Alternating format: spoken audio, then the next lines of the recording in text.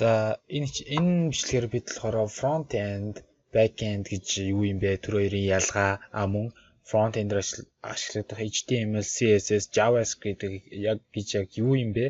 Веб хуудсанд ямар үүрэгтэй оролцдог юм бэ гэдэг талаар бол мэдэж амнаа. За тэгэхээр энэ бичлэгийн маань агуулга нь болохоор front end болон back end кодны ялгаа. Тэгээ HTML, CSS, JavaScript-ийн веб хуудсанд оруулж байгаа үүргийн талаар бол ойлгох тийм агуулгатай бичлэг. За тэгэхээр front end, back end гэж яг юу юм бэ гэж. Тэгэхээр front end бол веб дээрх таны харж байгаа болон харьцаж байгаа бүх зүйлс. HTML, CSS, JavaScript-ээр бол бичигдсэн. Харин бусад бүх зүйлс нь back end. Энэ хоёрыг хэрвээ галтгоогоор одоо нэг зоогийн газраар одоо ингэж жишээлж авах юм бол таны тавган дээр тавглагдаж таны ширээн дээр илгээгдсэн зүйл тэр хоол бол front end байна. Харагдаж байгаа байдлаасаа зөөгч аваад ирж байна, үйл хөдлөлийг зааж байна. Энэ бол ингээд front end. Харин галтгоонд босны бүх зүйлс бол back end. Яг энэ зурган дээр гарч байгаа ч гэсэн ингээд яг энэ хэсэг нь бол front end байна. Энэ охин бол одоо хэрэглэгч гэж үзэх юм бол энэ хоол одоо залуу ингээд харагдж байгаа нь front end. Харин энэ ард нь болсон зүйл нь энэ охин мэдэхгүй байгаа. Гэхдээ энэ ард нь ийм зүйл энэ үр дүн гарахын тулд ийм зүйл болсон. Энэ болсон зүйл нь болохоор back end байна. За тэгэхээр энэ дээр жишээ авч үзэх юм бол жишээ нь ямар жишээ. За жишээ авч үзье. Icon segment дээр. За жишээ нь бол ингээ харагдаж байгаа байдал нь энэ бол front end гэсэн үг. Та харж болж байна. Тийм ээ? Бүгд ингээ харагдаж байна front end. За энэ дээр очиход эдгээр өөрчлөгдөж байна. Front end ард талд нь JavaScript хийж байгаа front end. Харин нэг мэдээр оръё.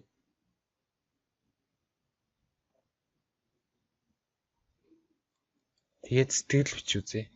Яг сэтгэл бичдэггүй контент руу орчих. Рекламны юм орчжээ.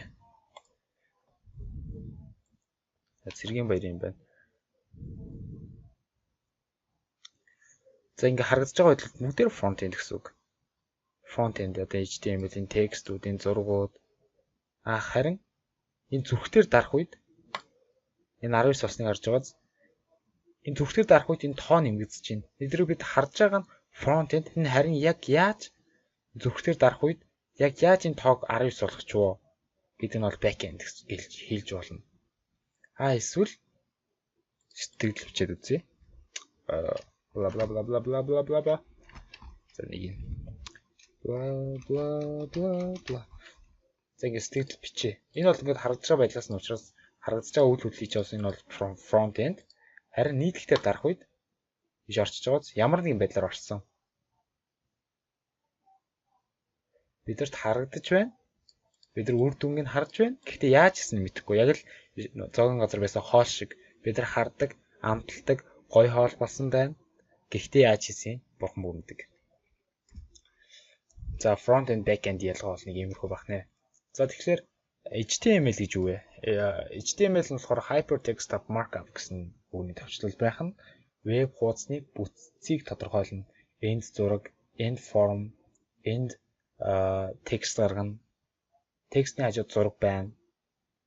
Текст нь гэсэн байдлаар бүтцийг л гаргана гэсэн веб хуудасны. Тийм учраас веб хуудас нь нэр үг гэж хэлж болно. End зураг, end form, end text. Тийм ээ? За CSS Cascading Style Sheets гэсэн үгний төвчлөл. Тэгээ HTML-ийн харагдах хэлбэрийг тодорхойлно. Бүх текстийг ягаан болго, эхний зургийг шар хүрээтэй болго гэх мэтчлээ бол тэмдэг нэрийг заана гэсэн үг. Тэр бол веб хуудасны тэмдэг нэр гэж хэлж болно. Жишээ нь хэм бол HTML дээр гарсан end зураг гэл тэр хэсэгт зураг гарцсан. Харин CSS дээр тэр ихний зураг нь шар хүрээтэй байна гэдгийг зааж өгнө гэсэн үг. Тийм учраас тэмдэг нэр гэж хэлж болно веб хуудасны. Харин JavaScript хуудсанд логик болон үйл хөдлөлийг оруулна. Тообод хэрэглэгчийг дарах үед өнгийг соль, Twitter-ээс шинэ өгөгдөл ав гэх мэт чи үйл хөдлөлүүдийг заагаад байгаа учраас энийг болохоор веб хуудасны үйл хөдлөл эсвэл үйл үг гэж хэлж болно. Жишээ нь түрүүн зоогийн газрын жишээ дээр авах юм бол HTML гэдэг нь за ямар ч гэсэн хоол аваад өгч байгаа юм чинь за тэр хүн одоо юу гэдэг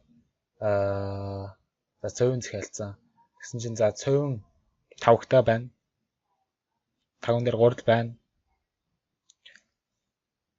Таван дээр гурал байна. Мах орсон. Энд нь мах байна. Энд нь ногоо байна. Гэж заагаад өгсөн гэсэн үг. Тэд нар HTML нь. Харин CSS нэх юм бол гурал нь боронктой байна. Мах нь гэсэн боронктой байна. Гурал нь шар өнгөтэй байна. Ногоо нь улаан өнгөтэй. Тавг нь цаацгаа өнгөтэй. Одоо юу гэдэг авч байгаа халбаг нь мөнгөлөг өнгөтэй байна гэсэн тэднийг бол зааж өгч байгаа. Авч өгж байгаа үйлчлэгчийн малгай нь улаан байна ч гэдэг юм уу те. Тийм тэдний нэрүүдийн зааж өгч байгаа. Харин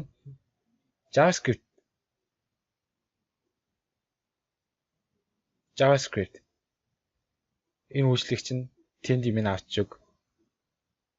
Авч өгөхдөө эхлээд тавгаа аваад хажууд нь халбаг салбыг нь ав. Авчаа ширээн дээр нь тавь гэж гэдэг юм уу те. Тийм яг үйл хөдлөлийг JavaScript нь заадаг гэсэн үг.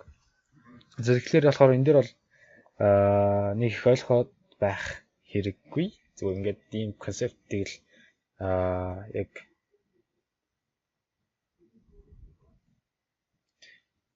ийм үнцээ ойлгохыг л авчихад болно энэ хвчлэг дээр.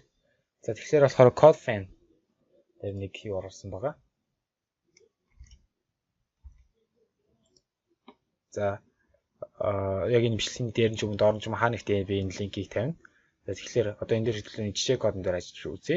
Гэхдээ энийг бол заавал ойлгоод авах шаардлагагүй зүгээр л одоо энэ бол зүгээр л хараад авчих яагаад бол дараа нь бид нар нэгнийгөө тайлбарлах учраас. За тэгэхээр энэ доор нь болохоор ингээд яг энэ гурван кодны маань үр дүнг бол харуулж байна.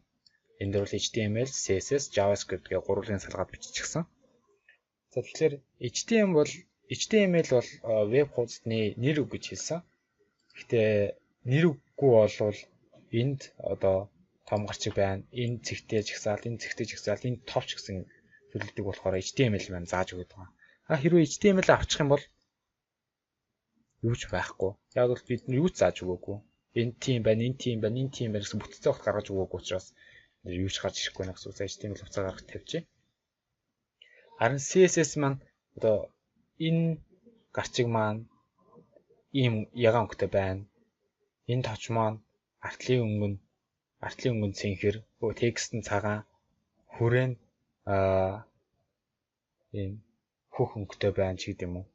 Энийг болохоор CSS маань зааж өгч байгаа гэсэн үг. Хэрвээ CSS авчих юм бол яг бүтэц буюу анхны төлбөрөөр бүтээр байна. Ямар ч хэлбэрийг нь бол тодорхойлж өгөөгүй гэсэн үг.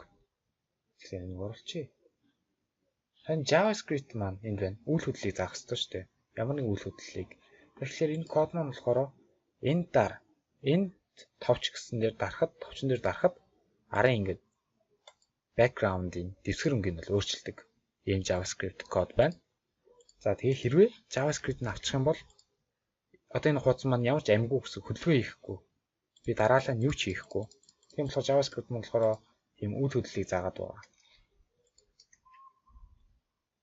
За тэгэхээр энэ линкийг энэ бичлэгийн доор дээр description дээр тавьчихсан эсвэл эндээс хараад бичээд орчоороо. Тэгээд ороод энэ кодон дээр бол хүснээр тоглолтыг бол тоглоомыг бол хийж болно. Кодын дураараа өөрчлөөд. Гэхдээ бол эндээс бол ойлгохгүй байна гэсэн байхгүй байна. Гэхдээ тийм байхгүй яагаад гэвэл энэ тохиол зүгээр жишээ болгож харуулж байгаа. Дараагийн удаа болохоор эдрээ нэгэнгөө аваад жишээ болгоод хийгээд ирэхээр бол ойлгодог болно гэж найдаж байна. За тэгээд ямар ч гэсэн back end front end ялгааг ойлгосон байх. Тэгээд HTML, CSS, JavaScript-ийн веб хуудсанд оруулж байгаа үүргийн үндсийг бол ойлгосон байхаа гэж найдаж байна.